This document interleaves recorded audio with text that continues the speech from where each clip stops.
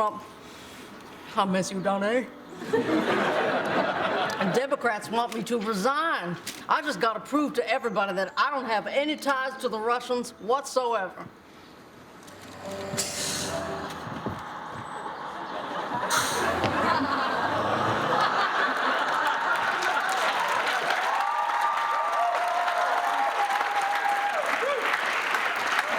This meeting never happened. I wasn't going to remember it anyway. Saturday Night Live back after a couple of weeks off with Kate McKinnon playing Attorney General Jeff Sessions and Octavia Spencer hosting. It's been 15 and a half years since the terrorist attacks of September 11th that defined the presidency of George W. Bush. The United States' response to that day has claimed the lives of thousands of American servicemen and women in Iraq and Afghanistan and left many more permanently injured in conflicts that continue today. In the 8 years since he left office, President Bush has committed himself to helping the veterans of those wars. The 43rd president also picked up a pretty good painting habit in his post-presidency. In a new book called Portraits of Courage, Bush shares his own paintings of vets as a way to tell their stories. For our Sunday sit-down, I traveled with President Bush to MacDill Air Force Base in Florida, where he was visiting some wounded warriors. Where did the painting come from? Well, I was bored. I mean, I was pretty busy. I was working hard at the Bush Center on the programs we have there. I was exercising a lot, but it wasn't enough. And so, by chance, somebody suggested I read Winston Churchill's essay, Painting as a Pastime, and I did. And basically said, if that old boy can paint, I can paint. And so started painting. Hired an instructor, painted a cube, and then a watermelon. And painted some world leaders because a really good artist said you ought to try that, which really boosted my confidence. And then somebody who knew I painted world leaders suggested I paint the faces that nobody knows. And so I decided that this would be a wonderful opportunity to honor those who served and to call attention to programs that work. Portraits of Courage is a collection of 66 paintings, all by President Bush. Each one a tribute to a veteran of the wars he launched after 9/11. So let's go through some of these paintings if we could, Mr. President. Sure. Scott Lilly, this one is extraordinary because it's not just Staff Sergeant Lilly. I got to know Lily's parents first. They were at the White House when I landed on Marine One, and I took to him immediately, and they told me their son was in the hospital. I checked on him, went over to visit him, and he was in a coma. And he came to the White House a couple of times, was gradually getting somewhat better.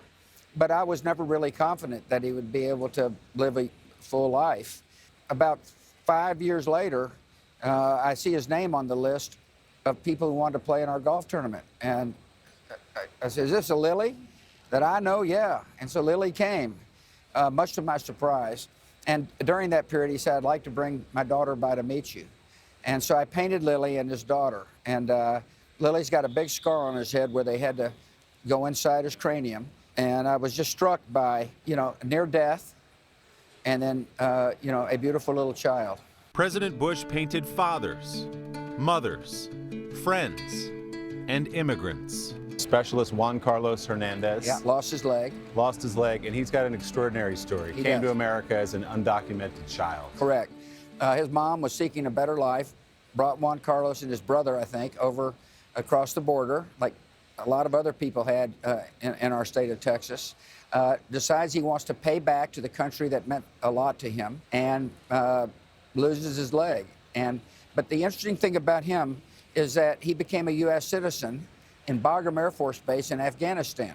My attitude about our vets who are willing to wear our uniform is if they're not a U.S. citizen, we ought to expedite their service. Is he a good example, Mr. President, of a child who comes to the country? His parents may have broken the law, but ought to be allowed to stay and contribute to society. Well, certainly in this case, I hope Americans understand the contribution he's made. I mean, this is a person who willingly said, I want to volunteer, and went into combat, all in the defense of the country, loses his leg. Surely Americans would be able to say, this is the kind of person we want as a citizen. President Bush failed to achieve the comprehensive immigration reform he sought while in office, but he still believes in it, including that so-called dreamers, children like Specialist Hernandez brought to the United States illegally by their parents, should have a legal place in America. More broadly, though, do you think it's a good idea for Dreamers to be allowed to stay here? Well, I think somebody who's vested time and effort and can make a contribution to our country, will be a really good citizen. It's obviously immigration's a very political issue. I tried to reform it, and one of my big regrets is I couldn't get Congress to respond. And I think the plan I laid out ultimately is the plan that would be accepted. Based on what you know about running the country, running the immigration system, do you think it's practical to go in and deport millions and millions of people who are here illegally? I don't see how that would work. And I'm not sure that's the intention of our government. I think people who are charged with doing that, if that is the charge, I'm not sure it is, would say it's going to be hard to do. Now, the idea of running out rapists and murderers, I think all Americans can agree to that.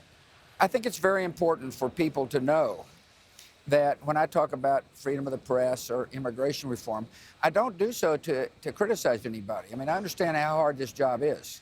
I do so because I want to share what I've learned and what I've seen. President Bush is famously loath to criticize a sitting president directly, but he does offer reminders about what he thinks America should represent.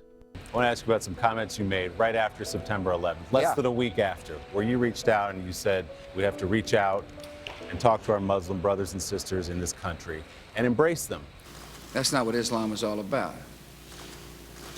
Islam is peace. These terrorists don't represent peace. They represent evil and war. Which is quite the opposite of the rhetoric we hear from the White House right now, including the executive order proposed by the president that would ban travel from 7 countries that are predominantly Muslim. Why did you feel it was important to speak that way about Muslims? Well, I believe that religion, freedom of religion, is one of our bedrock principles.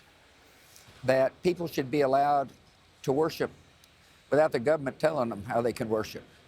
That we ought to honor people regardless of the religion they choose, or honor them if they choose no religion. That we're all equal. And so after 9/11, I read reports where some Muslim women were being harassed, and I also read reports where American women were walking women of cover to grocery stores, and it affected me because I didn't want us to lose our soul. I didn't want the attacks to cause us to change. We've got more of my conversation with President Bush just ahead, including his answer to my question about regrets he may now have about the wars that put the men and women he painted in harm's way. But first, let's get a look at the weather with Indra Petersons. I can't believe, Willie, we are still talking about storms in the Pacific Northwest. A very unusual year. Once again, we're looking at kind of a mix here between rain and snow out towards Portland and Seattle. It's a little bit colder as we get in through the day today, so be watching out for that. The rest of you only looking for about an inch or 2 in through Northern California. Snowfall, this is a good thing. We're adding more snow to the Sierra snowpack. That is huge. Keep in mind, California, you do still have drought conditions, so anything we add to that snowpack will help. That's a look at the big picture. Here's a look at your local weather. And we also need rain in our area. Most of the metro area now considered under a severe drought, and we would need about 6 to 9 inches over a month's time to relieve that drought. Today, it's completely dry, and right now we're in the teens and 20s, 24 degrees in the district with the high today around 43. Now tomorrow we're warmer, highs in the mid-50s, and on Tuesday, mid to upper 60s. We will have some rain later in the day, especially during the late afternoon and evening hours, and then windy and dry on Wednesday. And the good news, Willie, we have to end on a high note, right? We're talking about warmer temperatures in the Northeast as we start on Monday. All right, we'll take it, Indra. Thanks so much. We'll see you in a bit. And next on Sunday Today, part 2 of my conversation with President George W. Bush as he shows a wounded vet his portrait for the first time and answers questions about the decision to go into Iraq.